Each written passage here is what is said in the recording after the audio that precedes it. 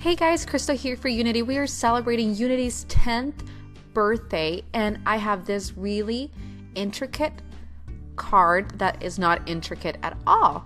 To make this, I am using the You Are Beautiful Forever kit that I have stamped and pre-cut. I have a black piece of cardstock, my card base, and a window die. You can use any square die, and of course, my Copics. To begin, we're going to set everything aside and start by placing our black cardstock onto our folded card base.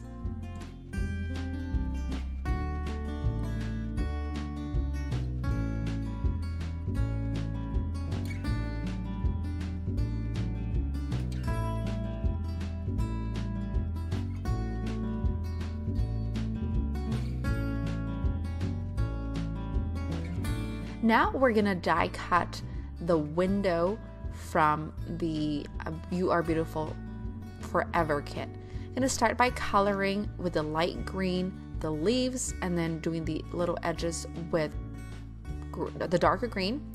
And then we're going to do a really loose Copic coloring. And what I mean by loose is I am not going into a ton of detail. I'm just kind of coloring all over it.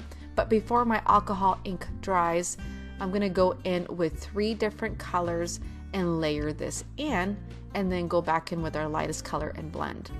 Now for our next flower, we're going to use the light orange followed by my medium shade and then my dark shade. I'm going to follow that with my lightest orange just to blend before the alcohol marker dries.